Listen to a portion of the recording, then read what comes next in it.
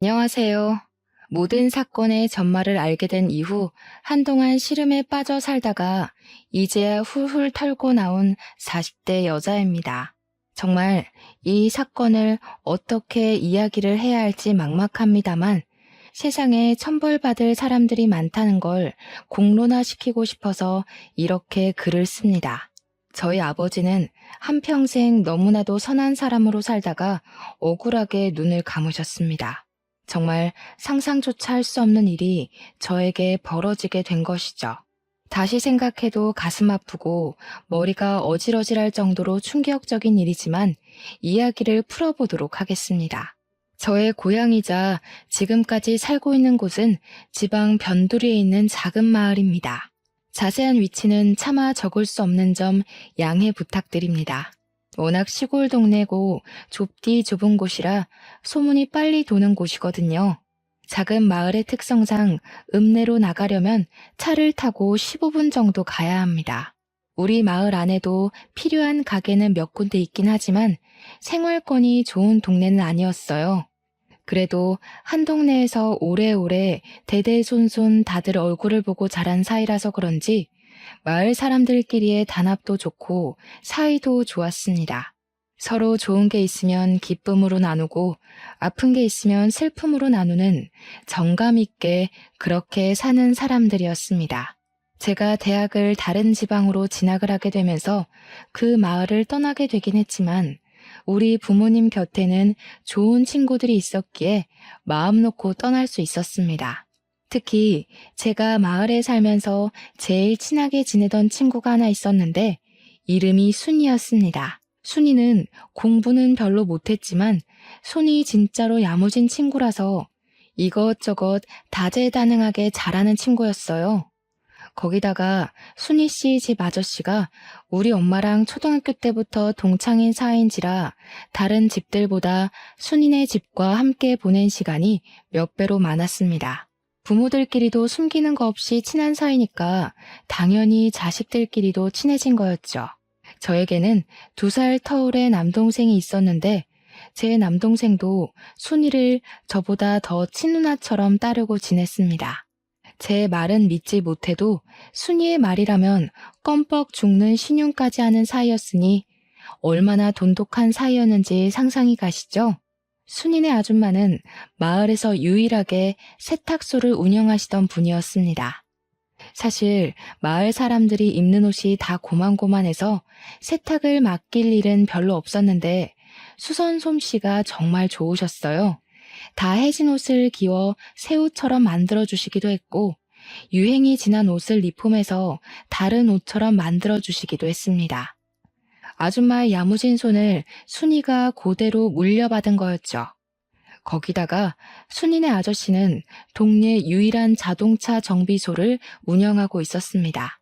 변두리 마을이다 보니 마을 사람들 대부분이 농사를 지으면서 생계를 유지하고 있었거든요. 저희 집만 해도 과수원을 크게 운영하고 있었고요. 농기구 장비부터 시작해서 마을 필수품인 트럭까지 기계라면 못 고치는 게 없다고 하실 정도로 손이 빠르고 정확한 정비사였습니다. 과수원을 운영하던 저희 집은 순이네에게는 항상 무상으로 개일 과절들을 나눠주곤 했죠. 마을에서 가장 큰 땅을 가지고 있다고 소문이 난 우리 집인 만큼 농작물도 꽤 여러 종류를 재배했거든요. 어릴 때는 철마다 트럭을 타고 과일을 따러 다니는 게 재미있기도 했죠. 과일을 수확하는 철이면 순이도 순이네 아줌마 아저씨도 모두 우리를 도와주곤 했습니다. 그 좁은 시골 동네에서 타지로 대학을 가게 되면서 저는 마을과 조금 멀어지게 되었습니다. 다른 동네에 물을 먹게 되니까 그 시골 마을이 얼마나 좁디 좁았는지 실감이 나기도 했고요. 제가 마을을 떠나면서 순이에게 다른 동네에서 살아보고 싶지 않냐고 물어보니 순이는 그 마을에서 평생 살 거라고 했습니다. 대입에 실패하기도 했고 자기는 이 마을이 너무나도 평화롭고 좋다고 했어요. 아줌마의 세탁소 일을 도와주면서 그렇게 제 몫을 하고 지내다가 좋은 사람이랑 결혼해서 마을에 정착할 거라고 했습니다. 저는 그런 순이를 어린 마음에 비웃으면서도 그래도 우리 부모님 옆에 있으니 우리 부모님이 적적하진 않겠다고 생각했죠. 내심 순이의 결정에 우리 부모님도 제가 대학이고 뭐고 다 때려치우고 마을에 남아서 과수원을 물려받았으면 하셨습니다. 제 생각은 물론 달랐습니다. 저에게는 남동생이 하나 있지 않겠습니까? 남동생이 과수원을 물려받을 거라고 생각했거든요. 그 땅이 얼마나 큰 땅인데 당연히 장남에게 물려주는 게 인지상정 아니겠습니까? 어릴 때부터 저는 그 땅을 단 한 번도 탐내 본 적이 없습니다. 남동생이 기둥처럼 버티고 있었으니까요. 타지 생활은 꽤 어려웠습니다. 너무나도 세련되고 현대 문물에 능한 친구들 사이에서 시골 촌뜨기가 할 수 있는 건 별로 없었습니다. 물론 마을이 구석진 곳에 있다고 해서 전기도 안 들어오고 휴대폰도 안 터지고 하는 건 아니었지만 친구들이랑 처음 패밀리 레스토랑에 갔을 땐 겁이 나더군요. 아무리 메뉴판을 읽어봐도 뭐가 뭔지 모르겠고 이거 주세요 저거 주세요 하는 친구들을 보면서 따라하는 것밖에 할 수 없었거든요. 게다가 대학 생활 자체가 별로 재미가 없었습니다. 친구들이랑 술을 먹고 클럽에 가고 해도 시끄럽기만 하고 재미는 없었고요. 제일 큰 것은 성적에 맞춰서 대학을 간 것이어서 전공하던 과목도 그다지 관심이 가지 않는다는 거였죠. 꿈도 없이 그저 이 대학에 붙었으니까 가야지 하고 온 순간의 선택은 참으로 많은 스트레스를 주었습니다. 하지만 대학 자체는 졸업을 해야 했기에 저는 꾸역꾸역 버텨내고 있었습니다. 그렇게 2년을 버텨내고 동생에게서 서울에 있는 대학에 합격을 했다고 연락이 왔습니다. 저보다 더 똑똑했던 동생이었기에 당연히 서울에 있는 학교에 무난히 합격할 거라고 생각했는데 기뻐하는 동생의 목소리를 들으니 더욱 좋더라고요. 그런데 동생이 저에게 제가 상상도 하지 못했던 이야기를 넌지시 꺼내더라고요. 자기는 언론 쪽으로 공부를 해서 자랑스러운 기자가 되고 싶다고 이야기를 했어요. 그래서 동생에게 너의 끈기라면 충분히 해낼 수 있을 거라고 문제가 뭐냐고 물어보니까 집에서 과수원을 물려받으라고 재촉을 한다는 거였습니다. 생각해보니까 그렇더라고요. 동생이 기자가 되고 제가 대충 취업을 하게 된다면 과수원을 물려받을 사람이 아무도 없는 겁니다. 부모님께서 누나도 없는 마당에 동생에게 대학도 가지 말고 하루빨리 과수원 일을 배우라고 했다는 겁니다. 너네 누나도 도망갔는데 당연히 둘째가 물려받아야 모양이라도 살지 않겠냐고 했다는데 제가 띵 하더라고요. 제 동생은 꿈도 확실하고 공부도 저보다 훨씬 잘하지 않겠어요? 저는 성적에 맞춰서 간 대학이기도 했고 서울에 있는 학교도 아니었고요. 거기다가 전공 과목 자체도 저와는 영 맞지 않는 것 같고 이렇게 시간을 보내도 되나 싶어서 적당한 중소기업에 취직하려고 애쓰지 않을까 하던 찰나였거든요. 제 인생 모토가 대충인 사람이라 대충 졸업하고 대충 취직하고 대충 결혼해서 대충 살아야지 싶었는데 동생의 고민을 들으니까 너무나도 부끄러워진 거죠. 하지만 저에게도 꿈이라는 게 생길지도 모르는 일이니까 동생에게 딱 잘라서 내가 과수원을 물려받을게 라는 말도 못하겠더라고요. 결국 대학을 졸업할 때까지 저에게는 과수원이 짐처럼 남게 되었고 휴학을 하고 군대를 간 동생에게 결심을 말했어요. 내가 과수원을 물려받을 테니까 넌 꼭 기자가 되어서 네 꿈을 이뤘으면 좋겠다고 했습니다. 동생은 저에게 울먹이면서 고맙다고 몇 번이고 인사를 했어요. 누나가 그 짐을 짊어지는 대신 자기도 꼭 누나를 돕겠다고요. 말이라도 고맙지 우리 동생이 언제 저렇게 철이 들었나 싶더라고요. 저는 결국 타지 생활을 청산하고 다시 그 좁디 좁은 마을로 내려가게 되었습니다. 버스 터미널에서 마을버스를 타고 한참을 들어가 마을 입구에 딱 섰는데 뭔가 느낌이 새롭더라고요. 이제 여기에 뿌리를 내리고 우리 가업을 잇기 위해 내가 노력을 해야지 하고 결심을 단단하게 했어요. 제가 과수원을 물려받겠다고 부모님께 이야기를 했던 건 아니라서 앞으로 부모님과 상의를 하긴 해야 했어요. 그냥 막무가내로 마을에 내려온 것이었거든요. 집에 도착하니 그냥 놀러 온 줄 알았던 딸이 짐을 싸들고 온 걸 보고 부모님께서 조금 놀란 듯 하셨습니다. 저는 다짜고짜 할 말이 있다고 부모님께 이야기를 풀어놓기 시작했어요. 남동생의 꿈을 응원해주고 싶으니까 혹시 아들이 과수원을 물려받아야 하는 법이 있는 거 아니면 제가 물려받고 싶다고요. 부모님께서는 예상도 못했던 일이 벌어지긴 했지만 과수원을 물려받겠다고 자식이 짐까지 싸들고 내려왔으니 두 팔 벌려 환영을 해주었습니다. 세상에 아들이 물려받아야 하는 법이 어디 있냐면서 그렇게 꽉 막힌 사람들 아니라고 이제 과수원 운영하는 법을 찬찬히 알려주시겠다고 했어요. 저는 부모님 집에 정착을 하게 되었고 타지에 있던 짐들도 전부 부모님 댁으로 보냈습니다. 그렇게 1년을 넘게 과수원 일을 제대로 배우기 시작했습니다. 그냥 그동안 했던 것처럼 과일만 따고 선별만 하고 포장만 하면 끝나는 일인 줄 알았더니 내부에서 이뤄지는 사무일이 엄청나게 많더라고요. 거래처도 일일이 다 따지고 봐야 하고 외워야 하고 과일값 협상도 해야 하고 정말 할 일이 태산이라 이걸 어떻게 다 하지? 싶었습니다. 엄청나게 바쁘게 지낸 와중에도 순이랑은 꾸준히 만나고 연락을 하면서 지냈어요. 마을에 살던 젊은 또래 친구들은 죄다 타지로 떠나서 정착을 한 터라 저에게 남은 마을 친구는 오로지 순이밖에 없었습니다. 또 순이네 아저씨랑 우리 엄마랑 동창이라서 가족들끼리도 자주 보고 그랬다고 했잖아요. 순이뿐만 아니라 순이네 부모님과도 정말 많은 시간을 보내면서 많은 추억을 쌓았습니다. 군대를 제대하고 복학하기 전까지 대학에 복학하고 나서도 방학이면 틈틈이 내려오는 동생도 합세해서 추억을 쌓았죠. 동생이 내려오는 날이면 우리 집에서 작은 잔치가 열리기도 했습니다. 우리 동네가 배산임수로 유명한 동네이기도 했습니다.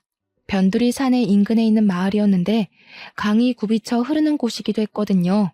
공기도 좋고 물도 맑고 정말 요양하기 딱 좋은 그런 마을이라고나 할까요? 그래서인지 어릴 때 마을에 살던 분들도 나이 먹어서 다시 내려오고 하기도 했어요. 강에서 수영도 하고 산에서 솔방울도 줍고 했었는데 요 강이 또 낚시터로 상당히 유명한 장소였거든요. 저는 과수원 일을 하고 쉬는 날에는 낚시를 배워서 낚시를 다니기도 했습니다. 우리 아빠는 과일 따는 거 말고는 할 줄 아는 게 없어서 낚시 장인이라는 순이네 아저씨와 함께 낚시를 다니기 시작했어요. 손맛을 한번 보면 절대로 잊을 수 없다는 아저씨의 말처럼 저도 낚시에 요령이 생기니까 이게 너무나도 재미가 있더라고요. 낚싯지가 움직일 때까지 고요하게 평화가 유지되는 그 시간이 정말 사색에 잠기기도 좋고 저의 지난 날을 돌아보기에도 너무 좋았습니다. 순이네 아저씨는 항상 순이는 낚시 몇 번 가보더니 재미없다고 안 간다고 한다면서 저한테 딱 너 같은 딸이 있었으면 좋겠다고 하셨죠. 저도 물론 비슷한 감정이 들었습니다. 우리 아빠는 저와 다르게 술도 전혀 못 드시고 이런 취미도 없으셨거든요. 오죽하면 제가 순이네 아저씨한테 술을 배웠다니까요. 아저씨랑 술 한 잔 걸치면서 낚시도 하고 라면 끓여 먹는 게 그렇게 재미있을 수가 없었어요. 제가 과수원 일을 하면서 받은 스트레스를 순이네 아저씨와 취미생활을 도모하면서 풀었으니 대단히 친한 사이였죠. 동생이 오는 날이면 고기 파티가 열리곤 했는데 순이네 아저씨가 또 바비큐 장비를 다 가지고 있었어요. 그래서 순이네 집에서 고기를 구워 먹고 술도 마시고 진짜 신이 나게 놀기도 했습니다. 우리 아빠가 순이네 아저씨한테 얼마나 고마워했는지 몰라요. 자식들을 친자식처럼 너무 잘 챙겨준다고요. 그러던 와중에 순이한테 선자리가 들어왔고 읍내에 사는 건실한 청년과 선을 보게 되었습니다. 마을에 계신 어르신이 주선한 선자리였는데 그 어르신이 평판이 별로 좋은 분은 아니라서 저희 가족도 꽤 걱정을 하긴 했어요. 그런데 발그레해진 뺨을 하고 돌아온 순이는 그 남자가 너무나도 마음에 든다고 했습니다. 평소 마을을 떠난 적 없던 순이가 아줌마 밑에서 세탁소 일 도우며 근근히 잡일하며 사는 게 마을 사람들도 걱정이 되었었나 봐요. 시집이라도 멀쩡하고 건실한 남자 붙잡아서 가는 게 좋은 거 아니겠냐고 주위에서도 잘 만났다고 칭찬을 해주었죠. 웬일로 그 괴팍한 노친네가 좋은 사람을 다 소개해줬냐고 잘 됐다고 한 소리씩 얹었어요. 상대방도 그렇고 순이도 그렇게 둘 다 첫눈에 뿅 간 건지 연애를 시작하더니 얼마 지나지 않아서 결혼까지 하겠다고 한 거죠. 우리 집 와서 연애하는 이야기를 해주는데 제가 너무너무 신기하더라고요. 어떻게 사람에게 첫눈에 반할 수 있지? 싶어서요. 저는 여태 그런 운명의 상대를 만나본 적도 없었고 첫사랑이라고 일컫는 그런 남자도 없었거든요. 혼자 짝사랑을 두어 번 해봤는데 상대가 저에게 관심 없는 걸 알자마자 자연스럽게 마음이 식더라고요. 아무튼 이런저런 이야기를 나누는데 우리 아빠가 옆에 슬쩍 오더니 우리 딸이 아무것도 모르는 철부지였구나 하시는 겁니다. 그러더니 첫사랑이란 게 무척 대단한 사랑이라고 하더라고요. 추억으로도 깊이 남는 거고 또 시간이 지나면 친구로도 남는 게 첫사랑이라고 하시는데 첫사랑이랑 무슨 친구를 하나 싶었죠. 세상에 그런 사람이 어디 있냐고 하니까 아빠가 껄껄 웃으면서 너네 엄마가 첫사랑이랑 친구하고 지내잖아 이러는 겁니다. 알고 보니까 순이네 아저씨가 우리 엄마의 첫사랑이라고 하더라고요. 제가 얼마나 놀랐는지 몰라요. 여기가 무슨 할리우드도 아니고 첫사랑이랑 같은 동네 살면서 허구한 날 자식들의 배우자까지 끼고 친구처럼 지낼 수 있나 싶었죠. 순이도 그 이야기는 처음 들었는지 무척 놀래더라고요. 아무튼 평생 마을을 떠나지 않을 거라고 이야기했던 순이가 결혼을 하고 읍내로 떠나게 되었습니다. 그게 제 나이 30살의 이야기네요. 제 동생은 착실하게 신문사에 취직해서 인턴을 하고 있었고 저는 과수원에 대해 대부분 모르는 게 없는 상태가 되었습니다. 순이는 시집가서 정말 행복하게 살고 있는 듯 했어요. 얼마나 마음이 행복했는지 모릅니다. 그러던 어느 날 늘 웃음꽃이 피어있던 순이의 얼굴에 그림자가 슬쩍 드리우기 시작했어요. 순이에게 무슨 일 있냐고 물어봤는데 아무 일도 없다고 하더라고요. 그래서 그냥 그런가 보다 했죠. 그렇게 속절없이 시간이 흐르고 구정이 되어서 순이가 친정집을 찾아왔는데 남편이랑 같이 오질 않았더라고요. 제가 슬쩍 남편은 어디 가고 순이 너만 왔어? 하고 물어보니까 남편이 일이 바빠서 같이 못 왔다고 하는데 표정이 좀 울상이더라고요. 표정이 영 안 좋으니까 친구로서 걱정도 되고 왜 그렇게 안색이 별로냐고 물어봤죠. 결혼한 지 1년밖에 지나지 않았는데 벌써부터 권태기가 찾아온 거야? 하면서 너스레를 떨었어요. 그랬더니 그냥 조용히 웃고 말더라고요. 그래서 혹시 너 임신해서 컨디션이 안 좋은 거 아니냐고 물어봤죠.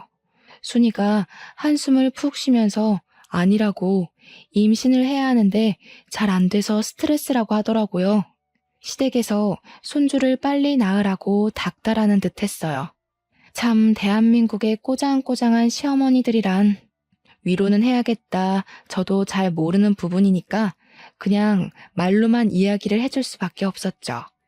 너무 스트레스 받으면 임신에 영향을 끼친다더라. 마음 편하게 먹고 기다리면 찾아오지 않겠냐? 이런 말들이요. 그렇게 몇 개월이 더 지난 어느 날 순이에게서 드디어 임신을 했다는 소식이 전해져 왔습니다. 순이네 부모님도 얼마나 신나하던지 막 먹을 거 바리바리 싸들고 입덧으로 고생한다는 딸 보러 읍내에 가더라고요. 몇 주가 흐르고 안정기가 찾아온 것 같다고 아이 성별이 딸이라는 소식을 들었어요. 그 전주까지 과수원 수학철이라 제가 무척이나 바빠서 순이를 보러 읍내에 한 번도 가지 못했었거든요. 이참에 아기 옷이나 한 벌 사서 순이한테 선물로 줘야겠다 싶었죠. 이왕이면 서프라이즈로 해주면 어떨까 싶기도 했어요. 순이는 일을 하지 않고 집에서 지내고 있다는 이야기를 들었거든요. 그래서 순이네 아저씨한테 순이네 읍내 집을 물어보고는 때마침 내려온 남동생과 함께 선물을 사들고 찾아갔습니다. 딸을 가졌다고 했으니 분홍색 네이도 사고 아가들이 쓰는 용품들도 사서 순이네 집 벨을 눌렀습니다. 분명 벨을 누르기 전에 안에서 사람 기척도 느껴졌고 순이 목소리도 흐릿하게 들린 것 같은데 벨을 누르자마자 조용해지는 거예요. 못 들었나 싶어서 현관문을 쿵쿵 두들기는데도 아무도 문을 열어주지 않더라고요. 벨을 2번 더 누르고 아무도 없어요? 순이야! 하고 부르는데 누가 누구세요? 하면서 화를 내면서 문을 벌컥 열더라고요. 순이 남편이었어요. 그런데 꼬락서니가 영 이상한 겁니다. 술 냄새도 잔뜩 나고요. 저를 빤히 쳐다보면서 인상을 쓰길래 나 순이 친구라고 순이 집에 있죠? 하는데 집에 순이가 없다는 거예요. 분명 제가 순이로 추정되는 목소리를 뻔히 들었는데 순이 없다고 문을 떡하니 지키고 있으니까 수상하잖아요. 마누라가 임신까지 했는데 설마 이 새끼 바람을 피우는 건가? 하는 생각이 들었죠. 근데 현관 앞 신발장에 순이가 맨날 신는 신발이 떡하니 있더라고요. 그래서 제가 순이 목소리를 들었다고 순이 불러달라고 했습니다. 그 순간 우리 남동생이 뭔가 이상한 낌새라도 느낀 건지 그렇게 예의가 없는 자식은 아닌데 순이 남편을 밀치고 집으로 들어가는 겁니다. 당황한 순이 남편은 뭐 하는 짓이냐고 남동생을 끌어내려고 하고 저는 그런 순이 남편한테 순이가 근처에 나간 거면 집에서 기다리겠다고 했죠.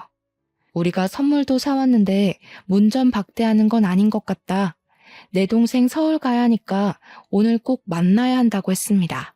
순이 남편이 짜증을 확 내는데 집에 들어간 동생이 갑자기 막 집안을 뒤지는 거예요. 순이 남편이 놀래서 뭐 하는 거야? 나가! 하는데 남동생이 아랑곳하지 않고 방문을 막 벌컥벌컥 열었어요. 일단 남동생이 이상한 행동을 하니까 저도 따라 들어가서 뭐 하는 짓인가 하고 살펴봤죠. 집이 큰 집도 아닌데 물건이 어찌나 너부러져 있는지 발에 막 채이더라고요. 순이 성격이 청소를 안 할 아이도 아닌데 하고 의심하고 있었습니다. 순간 남동생이 문 열어봐. 순이 누나 거기 있지? 이러는데 방문 하나가 잠겨 있는지 손잡이가 안 돌아가더라고요. 문 열어봐. 정순이 거기 있지? 이러는데 순이 남편이 너 뭐야? 뭐 하는 새끼야? 경찰 부를 거야? 난리가 난 겁니다. 순간 이거 보통 일이 아니다 하는 생각이 머릿속에 확 스쳐서 제가 순이가 있을 법한 방문에 대고 소리를 쳤어요. 순이야, 우리가 도와줄게 나와봐. 무슨 일인데 그래? 그 순간 순이가 문을 열고 나오는데 저랑 남동생은 까무러치는 줄 알았습니다. 순이가 코피를 줄줄 쏟아내는 채로 머리까지 잔뜩 헝클어진 상태로 울면서 나오더라고요. 제가 너무 놀라서 순이야! 하고 순이에게 달려갔는데 순간 남동생이 순이 남편 멱살을 떡하니 잡더라고요. 우리 남동생이 키도 크고 덩치도 꽤 좋았거든요. 키도 작고 몸집도 호리호리한 순이 남편은 우리 동생에게 멱살이 잡힌 채로 대롱대롱 매달렸어요. 캑거리면서 이거 놔 하는데 남동생이 완전 열이 받아가지고 소리를 막 치더라고요. 너 소문 안 좋은 걸 내가 나중에 듣는 바람에 결혼을 말리지 못한 게 천추의 한이다. 이러는데 저는 너무 놀랐죠. 남동생이 네가 우리 순이 누나 때렸냐면서 주먹을 주는데 진짜 싸움이라도 날 것 같아서 남동생을 말렸습니다. 동생이 증거가 중요하니까 순이 누나 사진을 찍어두래서 미안했지만 순이의 초라한 모습을 사진으로 찍어두었습니다. 순이 보고 집으로 가자고 했더니 절대 못 간다면서 이 꼴을 하고 어떻게 부모님을 뵙냐고 울더라고요. 그랬더니 남동생이 씩씩거리면서 순이 누나 여기 있다가 저놈한테 험한 꼴 당하고 싶어? 이러면서 우리 집으로 가자고 했어요. 부모님 집이 아니라 우리 집으로 가자고 하니까 순이도 결국 따라오더라고요. 우리 집으로 돌아와서 순이의 꼬락서니를 본 부모님은 억장이 무너진 사람처럼 목덜미를 잡으셨습니다. 그 논팽이 새끼가 미쳐도 단단히 미친 게 틀림없다면서 어떻게 임신한 마누라를 이 꼴로 만드냐고 했어요. 결국 우리 부모님이 순이네 부모님한테 연락을 했고 한달음에 우리 집으로 달려와 순이의 모습을 보고 엉엉 우셨습니다. 저와 남동생에게 순이를 구해주어서 고맙다고 몇 번이나 인사를 하셨는지 몰라요. 우리의 가족 같은 순이를 구하는 건 당연한 일이었지만 그래도 몇 번이나 고맙다고 하니 몸둘 바를 모르겠더라고요. 그런데 거기서 끝났으면 참 좋았을 걸. 순이가 집으로 돌아간 뒤 순이네 아줌마가 순이 다친 데를 살핀다고 이리저리 둘러보다 알게 된 거죠. 생각보다 상처가 너무 많고 온몸이 난장판이 되어 있다는 걸 직접 눈으로 보게 된 겁니다. 남편의 그런 행패가 하루 이틀 만에 이루어진 게 아니라는 걸 알게 되었고 그런 놈을 사위라고 예뻐했다는 게 너무 화가 나셨나 봐요. 그대로 순이네 아줌마가 쓰러지시고 말았던 거죠. 그래도 정신은 어느 정도 있으셨는데 순이가 며칠 뒤 유산까지 하고 나서는 완전히 정신까지 놓아버리셨습니다. 병원에서는 갑자기 혈압이 한 번에 올라서 쓰러진 거라고 하면서 본인 의지가 가장 중요한 거라고 했다더군요. 한마디로 순이네 아줌마가 깨어날 의지가 있어야만 정신을 차릴 수 있을 거라고 약으로는 할 수 있는 게 없다고 이야기를 했대요. 그렇게 순이네 아줌마가 쓰러져서 병원 신세를 지게 되니까 순이도 순이네 아저씨도 병원을 계속 들락날락하게 된 거죠. 근데 그때가 또 수학을 마친 과일을 선별해서 경매에 내놔야 하는 시기였거든요. 제가 하루 종일 바쁘게 일에 매진해야 하는 시기라서 정말 정신이 하나도 없는 상태였어요. 우리 아빠도 저와 같이 과일 선별하고 경매 준비하느라 정신이 없었고 유일하게 여유가 있는 엄마가 순이네를 챙기기 시작했습니다. 순이네 아줌마가 정신을 못 차리고 있으니까 우리 엄마가 직접 순이네의 반찬을 챙겨서 가져다 주고 하셨어요. 순이는 순이네 아줌마 병실에서 먹고 자고 하고 있었는데 아저씨는 정비소 일을 언제까지고 미룰 수가 없으니까 일을 하셔야 했거든요. 거기다가 하루 입원비도 어마어마하게 비싸다면서 일을 해야 병원비도 감당할 수 있다고 했어요. 처음에는 엄마가 일주일에 한 번씩 가서 반찬만 후딱 전해주고 오시더니 시간이 지날수록 점점 방문 횟수가 늘더라고요. 오죽하면 아빠가 뭘 그렇게 열심히 챙기냐고 첫사랑은 이길 수 없는 거냐며 농담을 던지시기도 했습니다. 그때마다 엄마는 한 동네에서 평생을 보고 자란 친구인데 이 정도는 해줘야 하는 거 아니냐고 실없는 소리 하지 말라고 했죠. 일주일에 한 번씩 반찬만 주고 오던 게 어느 날부터는 청소도 해주고 살림도 봐주시더라고요. 남자 혼자 살아본 적 없는 티를 팍팍 낸다고 저러다가 호랍이 되면 어쩌려고 저러는지 모르겠다고 하시면서요. 나중에는 우리 집에 있는 시간보다 순이네 가 있는 시간이 더 많은 듯 했습니다. 문제는 더 있었어요. 순이 남편이 순이를 병원까지 찾아와서 난동을 부리게 된 겁니다. 결국 병원에서 폐악질을 하다 경찰까지 출동을 했고 순이가 급하게 경찰서에 조사를 받으러 가게 된 것이었어요. 순이네 아저씨는 정비를 하느라 움직일 수가 없었고 순이네 아줌마 병실을 지킬 사람이 필요해진 거죠. 몇 시간만 돌보면 되는 거라 간병인을 하루치 급하게 구할 수도 없는 상황이어서 아빠가 엄마 보고 좀 다녀오라고 했죠. 이웃 간의 정이 얼마나 깊은 건지 아냐고 누누이 말했던 우리 엄마가 순이네 아줌마 병실에 가라고 했더니 버럭 하시더라고요. 내가 거길 왜 가? 원래 순이 엄마랑은 친하지도 않았어. 이러면서 저보고 가라는 겁니다. 경매 준비로 잠잘 시간이 모자랄 정도인데 거기다가 순이네 집에 그렇게 허구한 날 가놓고는 순이네 아줌마랑 안 친하다는 건 뭔지.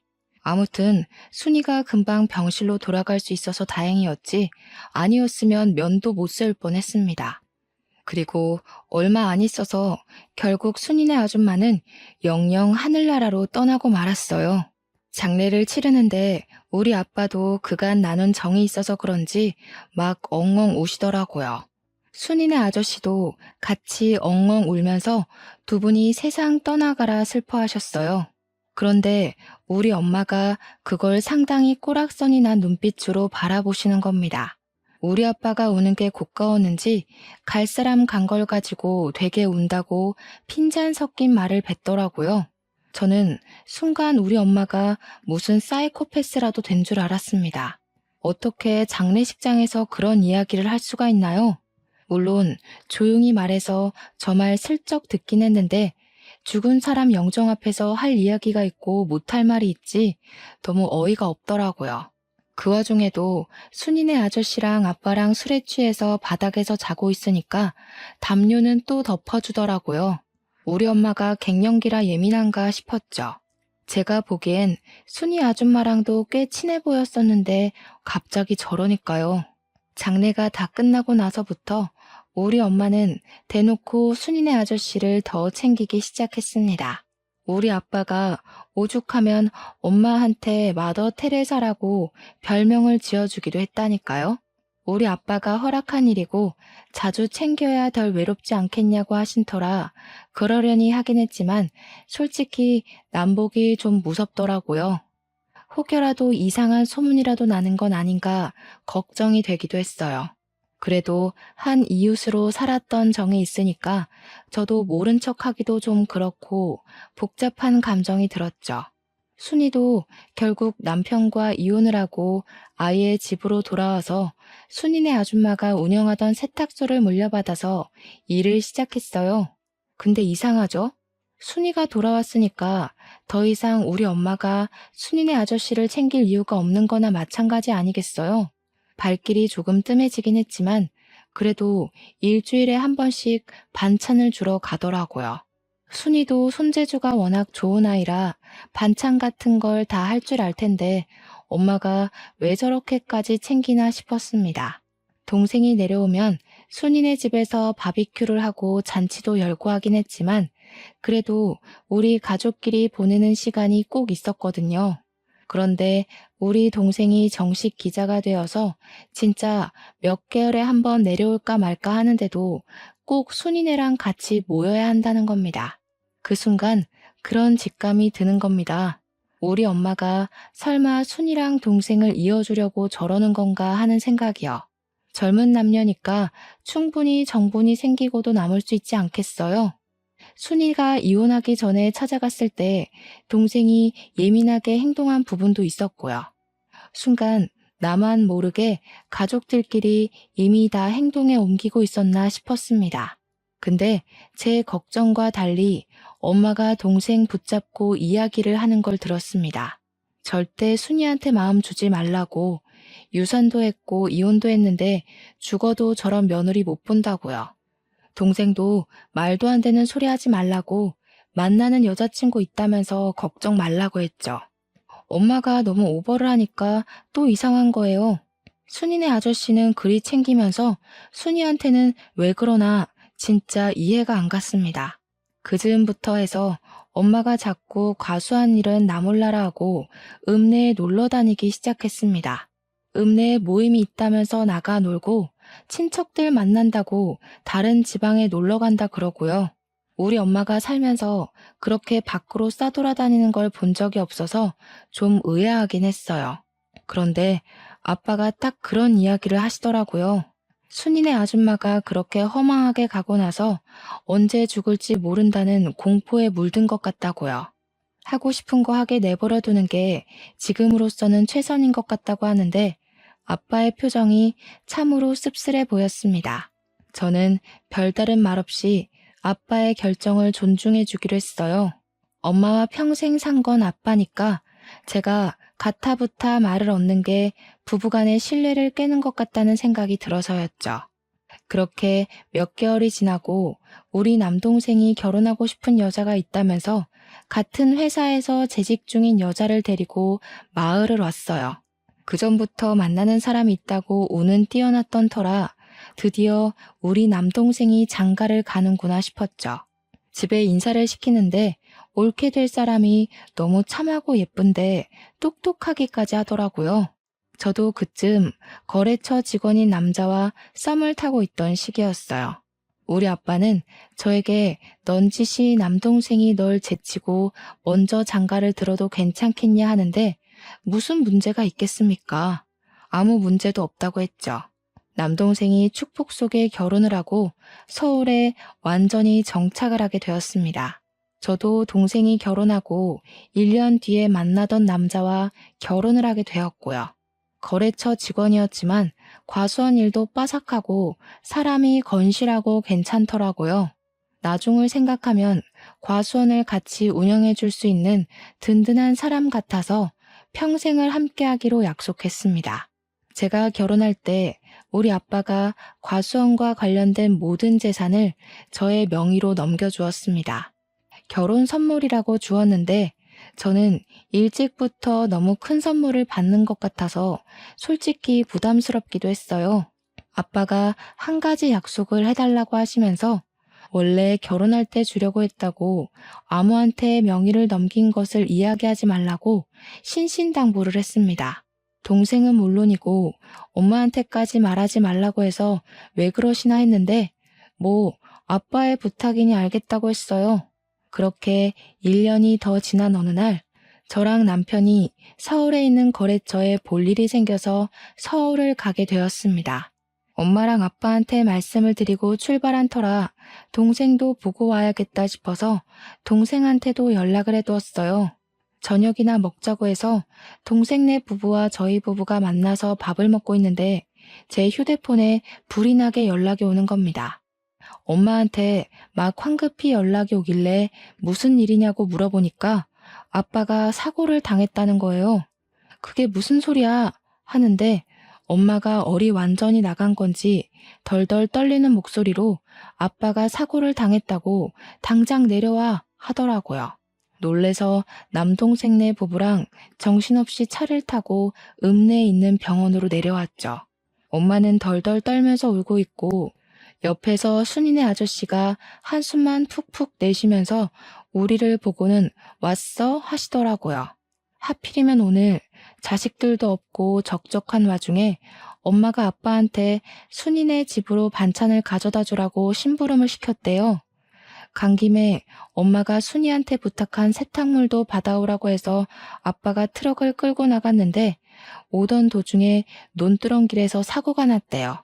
아직 현장을 감식하고 있는 중인데 바퀴가 논두렁길 바깥쪽으로 빠지면서 차량 전복 사고가 일어났고 안전벨트를 매지 않아서 그만 아버지께서 전복된 차량에 흉곽이 심하게 눌렸고 숨을 쉬지 못하고 허망하게 눈을 감으셨다는 겁니다. 근데 너무 어이가 없는 거예요. 그 논두렁길 저도 잘 알고 있고 남편도 잘 알고 제 동생도 잘 아는 길이거든요. 결코 좁지 않은 길이고 트럭 한 대쯤은 널찍하게 지나가고도 남는 길이란 말이죠. 거기다가 아빠가 한평생을 그 길에서 운전을 했는데 갑자기 바퀴가 빠진다는 것도 말이 안 되고요. 더군다나 우리 아빠는 술을 잘 드시지 못해서 음주운전을 했을 리도 없는데 그 길에서 바퀴가 빠진다는 게 말이 안 되는 거예요. 허망하게 차량에 깔려서 그렇게 가셨다는 게 도무지 믿기지가 않았어요. 경찰 측에서 운전 미숙으로 난 사고 같다고 하는데 올케가 그러더라고요. 평소에 그 길을 자주 다녔다고 하지 않으셨냐고. 뭔가 이상하니까 부검을 해보는 게 좋지 않겠냐고요. 그런데 엄마가 버럭 소리를 지르면서 남편 부검하는 거 절대 반대라고 하는 겁니다. 보통 같으면 원인을 확실하게 밝히기 위해서라도 부검을 해야 하는 거 아니겠어요? 제가 올케 말에 동의하면서 부검을 하겠다고 했어요. 우리 남동생도 미심쩍다며 부검하자고 했고요. 올케가 차량 조사는 한 거냐고 물어보니까 경찰이 현장 조사만 했다고 우물쭈물 이야기하길래 기자 명함을 떡하니 건네면서 정확하게 조사를 해달라고 하더라고요. 엄마는 한 동네에서 무슨 소문이 날 줄 알고 그런 짓까지 하냐고 했지만 올케가 딱 잘라서 차량 조사까지 부탁드린다고 했죠. 엄마가 계속 딴죽을 거는데 제가 아빠가 억울하게 가셨으면 조사를 해야지 하고 소리를 쳤어요. 순이네 아저씨도 소문 이상하게 날 수 있다면서 적당히 넘어가자고 하는데 이상하잖아요. 수사가 시작되고 부검 결과 혈중 알코올 농도가 0.1% 측정된 결과가 나왔습니다. 한마디로 거의 만취 수준이라는 건데 그 상태에서 아빠가 운전대를 잡았다는 게 이상했어요. 거기다가 차량 수사 과정에서 브레이크를 조정하는 라이닝에 문제가 있었다는 것까지 밝혀진 거죠. 브레이크가 말을 듣지 않게 조작이 되어 있었다는 겁니다. 아무리 서행을 했어도 멈추질 않으니까 핸들을 이리저리 틀었을 테고 거기다가 음주 상태였으니까요. 사고가 날 수밖에 없었던 거죠. 그러니까 엄마와 순이네 아저씨가 미친 듯이 수상하더라고요. 그래서 따로 붙잡고 물어봤더니 둘 다 회피하는 듯한 발언을 하는 거예요. 아저씨는 엄마한테 물어봐라. 엄마는 아저씨한테 물어봐라. 둘 다 서로 술을 먹은 걸 본 적이 없다고 발뺌을 하고 있었습니다. 그래서 결국은 삼자대면을 했고 서로에게 떠밀고 있었던 상황을 이야기하니까 경찰서 앞에서 둘이 싸우기 시작하는 겁니다. 경찰 조사까지 시작된 마당에 발등에 불이 떨어진 거죠. 야, 술은 네가 먹여놓고 왜 나한테 뒤집어 씌우고 그래? 뭐가 어쩌고 어째? 네가 브레이크 망가뜨려 놓고 나한테 왜 그래? 하면서 둘이 머리채 쥐어잡고 싸우는데 우리 부부 남동생네 부부 할 거 없이 기함을 토했죠. 결국 경찰이 개입을 했고 사건의 전말을 들을 수 있었습니다. 순이네 아줌마가 사고로 입원을 한 이후로 순이네 아저씨를 챙겨주다가 둘이 결국 눈이 맞았던 거였어요. 몇 년을 남몰래 바람을 피우다가 순이네 아줌마가 돌아가시고 순이가 돌아오게 되니까 두 분이 마음 놓고 만날 공간이 사라진 거죠. 거기다가 엄마한테는 아빠까지 있었으니 순이네 아저씨는 너도 이혼하고 나랑 재혼하자 난리를 쳤고요. 엄마는 동네 이목이 무서워서 이혼을 못하고 있다가 자식들이 결혼하고 나니까 아빠랑 사는 게 더 이상은 지겨웠던 거였어요. 가수원까지 욕심이 났던 엄마는 아빠가 사망하게 되면 배우자 명의로 모든 재산이 넘어오니까 그걸 노린 거죠. 아빠한테 술을 먹인 건 엄마였고 아빠의 차를 고장낸 건 순이네 아저씨였습니다. 그 사실을 알게 된 우리는 엄마가 사람으로 보이지 않았습니다. 그 와중에도 엄마는 과수원은 어떻게 되는 거냐고 미친 사람처럼 굴더라고요. 과수원은 내 거지? 그래, 내 거야. 배우자 거잖아. 맞지? 꿈깨. 그거 아빠가 나 결혼할 때 내 명의로 다 증여해줬어. 아무한테도 말하지 말라더니 아빠는 알았나 보다. 엄마가 바람 피우는 거. 엄마는 모든 걸 잃은 사람처럼 허탈한 표정으로 유치장에 수감되어 있었어요. 순이네 아저씨도 머리를 쥐어뜯으면서 고개를 푹 숙이고 유치장 구석에 앉아 있더라고요. 결국 둘 다 살인죄가 적용되어 재판을 받게 되었고 공범임이 인정되어 엄마는 징역 35년, 아저씨는 무기징역을 받게 되었습니다. 모든 사실을 알게 된 순이는 그대로 잠적을 했고 어디서 뭘 하고 사는지 지금까지도 모르고 지내고 있습니다. 결국 저는 부모님과 함께한 추억이 담긴 집이 지긋지긋해서 처분을 하고 읍내에 있는 아파트로 이사를 갔습니다. 일이 어떻게 되었든 과수원은 운영을 해야 했으니까요. 우려했던 대로 동네에 흉흉한 소문이 싹 돌았지만 다들 저를 불쌍하게나 생각하지 손가락질하진 않더라고요. 저는 남편을 의지하며 여전히 과수원을 운영하면서 살고 있습니다. 동생도 저도 아직까지 엄마의 면회는 가본 적이 없어요. 아마 앞으로도 갈 일은 없을 것 같습니다. 지독한 첫사랑이 뭔지 사람 한순간에 망가지더라고요. 저는 그런 삶은 살지 않을 겁니다. 제 결심이 평생 가길 기도하며 제 사연은 여기서 멈추도록 하겠습니다. 감사합니다.